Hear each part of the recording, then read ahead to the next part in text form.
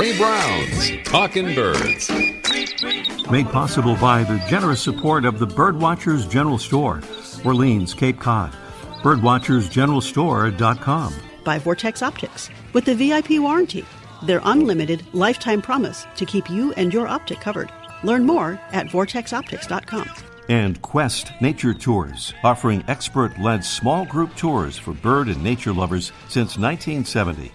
Explore exceptional journeys around the world at questnaturetours.com. And Beautyo Books, an independent family-owned bookstore carrying one of the largest selections of birding books in the world. BeautyOBooks.com. Good morning, afternoon, or evening, and welcome to our show number 952. We want to start this morning with a short snippet of song, bird song that is, courtesy of our friend Gino Ellison, who's in the midst of a North American big year with a personal goal of identifying 700 bird species by the end of 2023. Here's the snippet, but first a hint. It was recorded on Gamble Island, Alaska.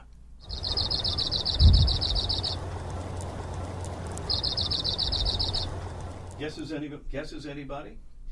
Well, Gino tells us... Oh, there we are, a microphone. All right. Gino tells us that it's an Arctic warbler, a bird that's part of the Eurasian leaf warbler family and unrelated to the warbler species we see in North America. Meanwhile, Gino reports that his big year count is now up to 696 species. So I'm figuring that getting to 700 is going to happen well before his December 31st deadline. Way to go, Gino. We have a couple of audio postcards this morning, both from the Deep South and both from good friends of the show. We're talking Alabama and Mississippi, starting off with our friend Patrick, who became our 501st Talkin' Birds ambassador when he signed up for that. And he's made that part of his identity, as we're about to hear. Here he is with a young friend of his in Tuscaloosa, Alabama. Hey, Patrick. Hey, Ray. Ambassador 501 here. Just enjoying the calls of a juvenile red-shouldered hawk who's taken up residence in our neighborhood porch. I've been lucky to get views of him from less than 5 feet away, and it's just been absolutely stunning watching him learn how to fend for himself. But he does wreak havoc on our songbirds, I'm sure. But that's all part of the circle of life. But it's just wanted to share that beautiful call with you. Have a great day and happy birding. Thank you so much, Patrick, for that outstanding audio postcard. And now, kind of southwest from Tuscaloosa, we meet up with veterinarian extraordinaire and plurder nonpareil, Dr. Jim Randolph. Hello, Jim. Good Sunday morning, Ray, and Talking Birds listeners. Have you ever thought about the fact that there's no G in dancing or darling, as in, I was dancing with my darling to the Tennessee walls? Got me to thinking, maybe there shouldn't be a G in flirting, as in picking up litter while birding. Happy nature enjoyment to everybody. Thank you, Jim. For those words and that singing, that is an intriguing idea. But seriously, flirting is something we like a whole lot, and if you'd like to do it too in an official way, even if you're already doing it without that nomenclature, please visit our talkingbirds.com website and click on the Get Involved tab, where you can take the flirting pledge and become an official Proud Plurder. And we'll even send you a Proud Plurder iron-on badge if you do. That's another bird. Sounds a little bit like the one we heard a few minutes ago, but it's quite different. This is a preview of our mystery bird contest coming along a bit later. Our mystery bird is a small songbird with a short, thick bill. And for the male, a prominent white shoulder patch. In breeding plumage, the male has a striking blue head and back, a reddish chest, and a white belly. The female, warm brown above, hints of blue on the wings and tail, lighter brown on the underparts. Our bird, which is found in open woodlands where it forages on the ground, mostly for insects, breeds through much of the western U.S. and southwest Canada, and winters mostly in Mexico. We have a really great prize this morning from Brome Bird Care. It's the Mega 600 bird feeder with an extra large tube that holds nearly 2.5 pounds of seed. It's easy to clean and chew-proof and includes the Brome seed ventilation system to keep the seed cool and dry. And it even comes with the Brome Lifetime Care warranty. A feather-friendly window crash collision kit also if we get to our bonus question on this morning's show on a Mystery Bird contest just a bit later.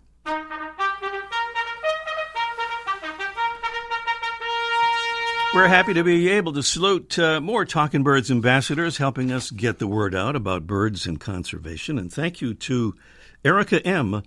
from Clark Lake, Michigan, about 20 miles west of Ann Arbor. Thank you, Erica. And thank you to Sam Clem from Atlanta, Georgia.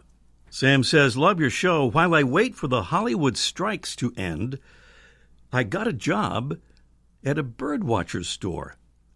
Now get to spend my day talking about birds and conservation with like-minded people. That is so cool. Sam is a set designer, by the way. So, Sam, we hope all that gets straightened out pretty soon. And here's someone else who has a good reason for becoming a Talking Birds ambassador. I'm Maddie Bozen from Brooklyn, New York. I decided to become a Talkin' Birds ambassador because I was already telling all of my friends about the show. I would encourage anybody who is considering becoming a Talkin' Birds ambassador to just go for it. It's a fun way to connect with your friends, neighbors, and fellow birders. Talkin' Birds listeners, we hope you'll join our ambassadors family at talkinbirds.com. Join today, and thanks. Yes, join today is right. You know, end of summer, start of school, everybody's busy. But if you've ever thought of becoming a Talking Birds ambassador, I mean, if it's ever even crossed your mind, this would be an especially good time to do it and join our beautiful Talking Birds ambassadors family, now 834 members strong. And to do it, just click on that Get Involved tab at talkinbirds.com. That's the Get Involved tab at talkinbirds.com, no G in talking.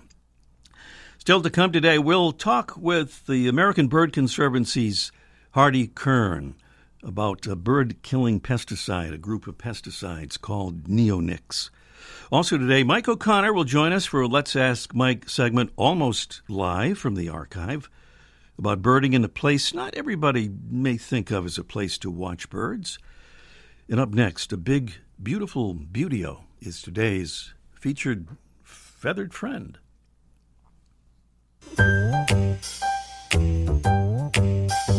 Some folks call today's featured feathered friend the Grasshopper Hawk. Not because it looks like a grasshopper, but because it eats grasshoppers. Lots of them. One source says the bird will eat up to 100 grasshoppers per day. The bird is the Swainson's hawk. A large, long-winged hawk with pointed wingtips.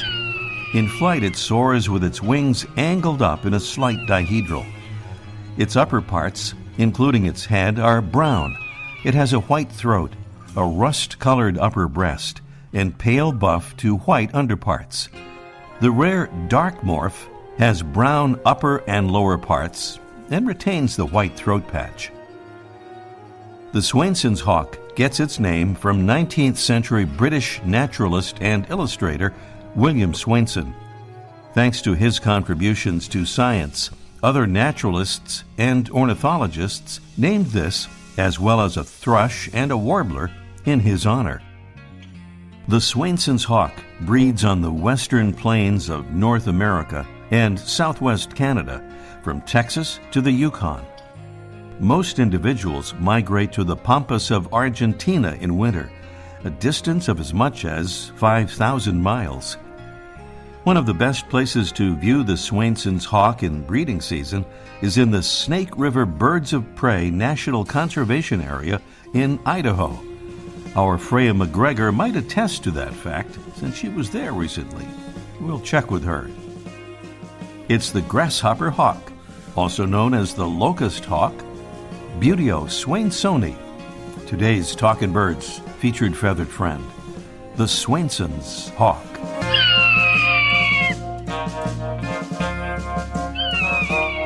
Welcome again to our show, number 952.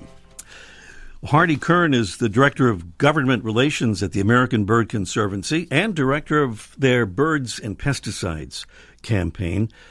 And he's here to tell us about the extreme threat to birds and their environments by neonicotinoid pesticides, or neonics. Good morning, Hardy.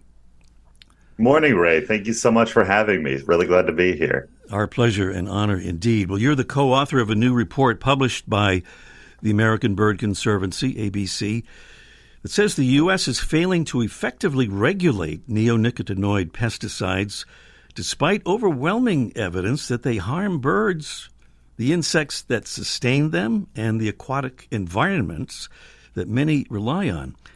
So to start off, what are neonics and why are they so harmful? Absolutely. Neonics are a specific class of insecticides that do their job very well. They were developed in the early 90s, but they didn't really become commonplace in the United States, both in agriculture and in at-home uses or community uses until about 2003 or 2004. And after that, their use just completely exploded. It skyrocketed. And in the chemical pesticide industry, there's always a push to come up with a newer, more effective type of insecticide or herbicide or whatever it might be. And with neonics, they really hit their mark because they are highly effective chemicals and that they're really toxic in extraordinarily small amounts. This means that when they were first brought onto the scene, they were marketed as, a new type of insecticide that would be able to be used in much smaller quantities with much greater effect. However, as we've seen with neonics, is the same that we've seen with a lot of other new chemical classes that have been brought into the conversation and brought onto the market over the years, which is that we didn't really fully understand their full breadth and their full impact when they were first developed and first deployed. And now years later, we're looking back and realizing how environmentally harmful these chemicals have been. Now, these are applied as a seed coating, as I understand it, generally to crops like corn, soybeans, but they don't just affect the individual seeds, right?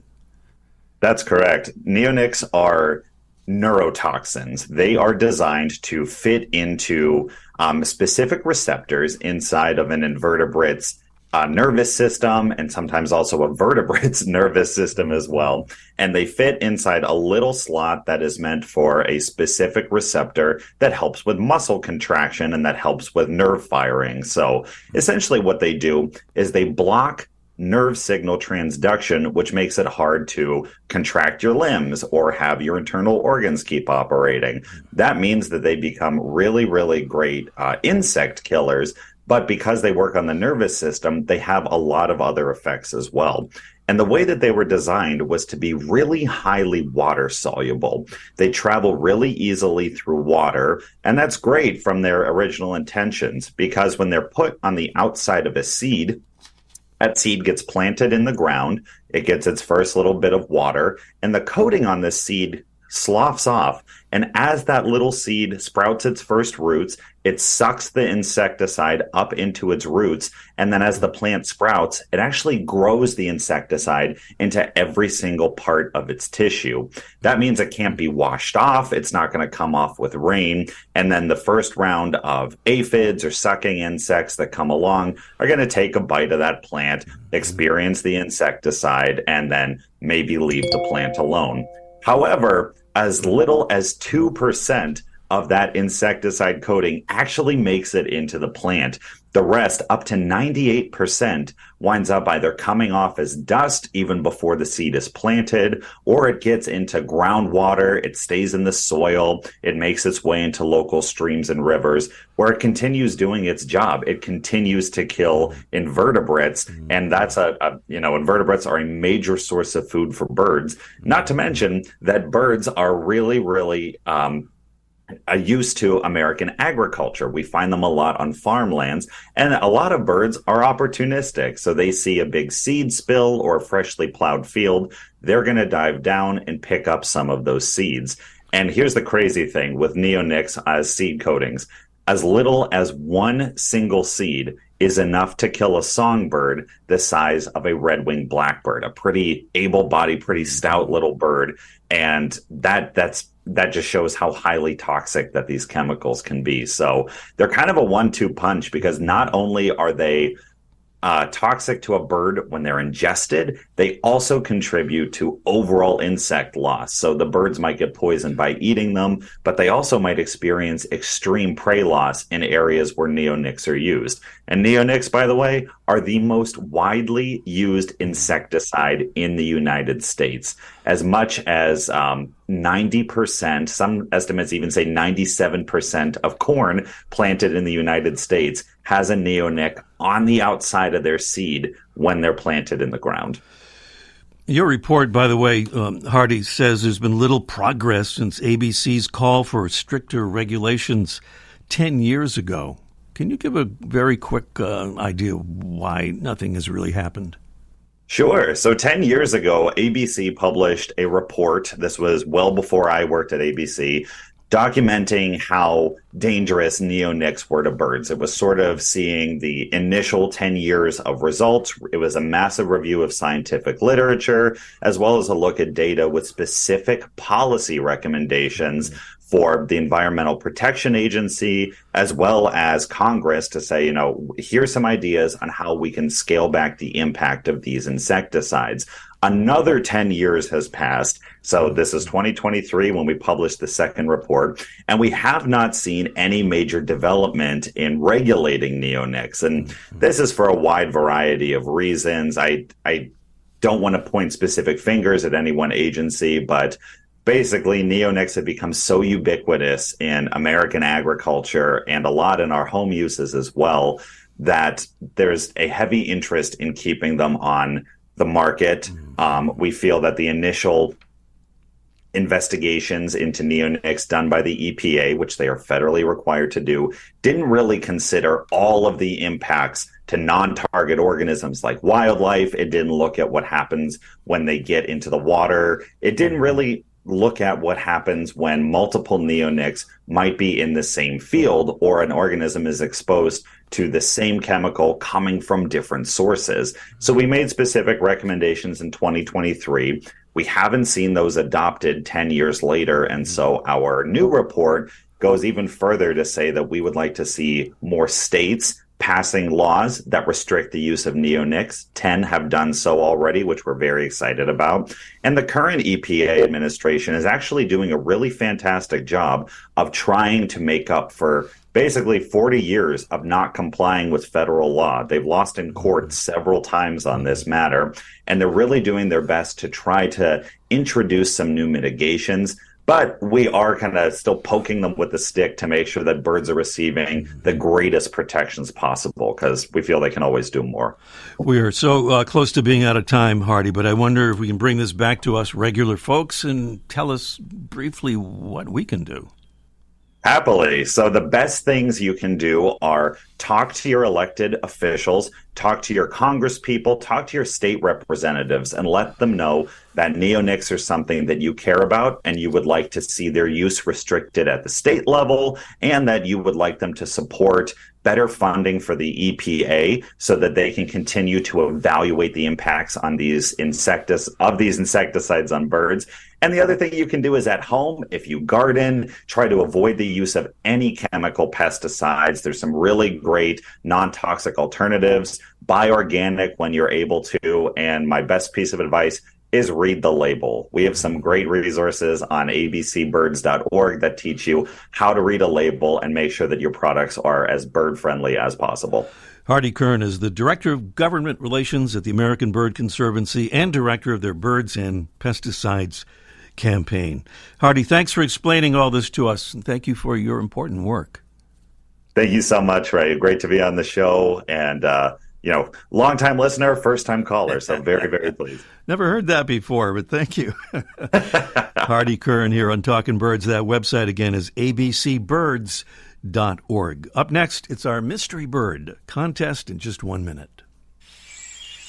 The flutter of a tail feather, the flash of a wing bar in mid-flight.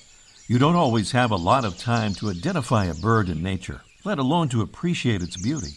But with Vortex Optics, you'll have the power to bring every wild moment closer. When you choose Vortex, you're choosing to have a partner in the field as passionate about nature as you are. Whether you're spotting old friends on the backyard feeder or packing for a once-in-a-lifetime trip to add a few species to your life list, Vortex offers a full range of optics and optics accessories for every birder and every budget. And whether the birds are taking you to another state or another country, you're always covered by the Vortex VIP warranty, an unlimited lifetime promise to keep you and your optic covered. If you'd like to learn more, or if you need help choosing your next optic, give Vortex a call at 1-800-4VORTEX or visit vortexoptics.com. Where's that mystery bird? He should be playing. He's not playing. I believe my... thank you, Jesse.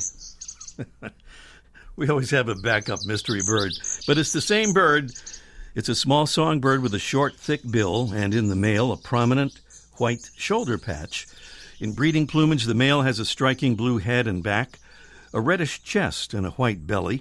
The female is warm brown above, with hints of blue on the wings and tail, and lighter brown on the underparts. Our bird, which is found in open woodlands where it forages on the ground mostly for insects, breeds through much of the western U.S.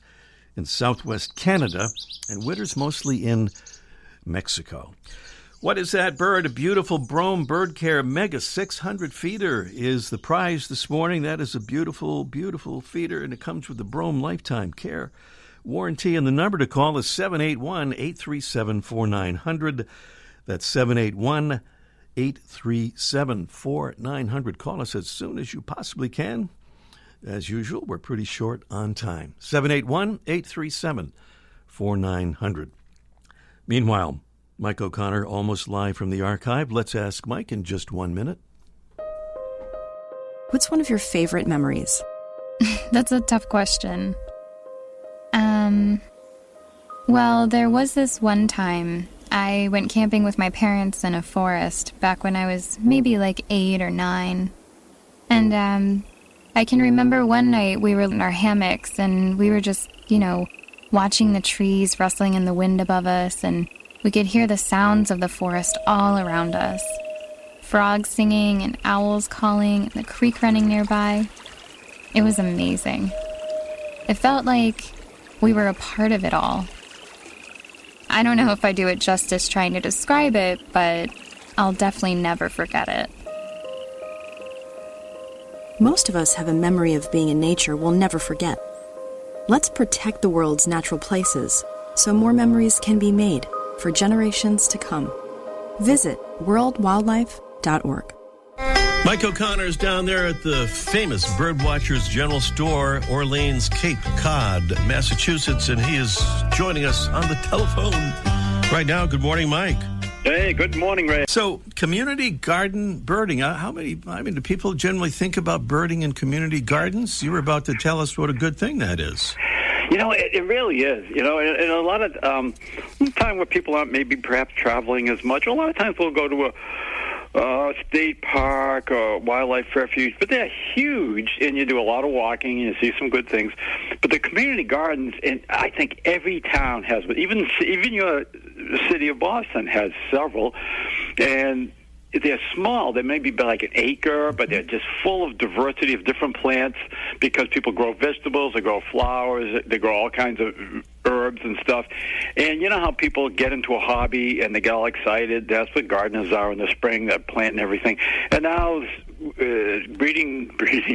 growing season is winding down, and so they're kind of losing interest, and the birds are taking over. And a lot of these things, weed seeds have grown up, and it's full of birds. I go out just about every morning, and they're small, so it doesn't take a long time. But I see assorted warblers and some sparrows and some buntings. I saw some dick thistles. I see bobolinks. All of these little tiny places. There's a nice one in the nearby town of Harwich. Unfortunately, I went there the other day, and your friend David Clapp was there, so I turned around and left, because who needs that, right? Of course. But they're really good, and they're always sunny because they're gardens, so the birds look good. And if you're a photographer, if you carry a camera, it's beautiful because the birds are landing on flower heads and assorted flowers. And so you can get these great shots. And I saw a bunch of hummingbirds today. And I haven't seen hummingbirds in my feeders in probably about a week to 10 days, but they're still finding these gardens. So look up online, community garden in your area, and you could just spend a short amount of time walking, but you'll see a great diversity of birds and get yourself out there. And I don't know, maybe if you look up a little bit, you might see a white pelican, because that's what I did. You had one right flying over the house there, but yeah. You know what? The great late Vern Locke used to end his show with "Keep your eyes to the skies," and I actually did it one time, and there was a white pelican flying over, and I don't know where. Nobody else in the Cape seemed to have seen it, although it was spotted in other places in New England, but it just kept going. So so there you go. So keep your eyes to the skies. Thanks for that advice, Vern. And hit the community gardens when you get a chance. You'll see a diversity of birds for sure. All right. That's Mike O'Connor, spotter of a white pelican. He has photo proof, unless you downloaded that from the internet or something like that. I'm not saying nothing. All right. Thank you, Mike. Okay. Talk to you next week, Greg. All right. Mike O'Connor there at the famous Birdwatchers General Store, Orleans, Cape Cod. And one more time, that's the mystery bird. What is it? 781-837-4900 is the number by which to tell us or take your guess. No correct answer means a drawing will determine the winner. 781-837-4900. Our mystery bird is a small songbird with a short, thick bill, and in the male, a prominent white shoulder patch. In breeding plumage, the male has a striking blue head and back, a reddish chest, and a white belly. The female is warm brown above with hints of blue on the wings and tail and lighter brown on the underparts. You see this bird in open woodlands, most of the western U.S., southwest Canada in breeding season, Mexico in the winter. What is it? 781-837-4900. And Larry in Situate, Massachusetts thinks he might know what that bird is. Hello there, Larry. How you doing? I'm doing well. Larry, how about you? And what do you think our mystery bird is there? Lazuli bunting. Boy, that was like, you knew that one right there. Yeah. Lazuli bunting, or lazuli, some say. Lazuli, L-A-Z-U-L-L. L-I, I think. Yeah, L-I, excuse me, yeah. That's all right. That's all right.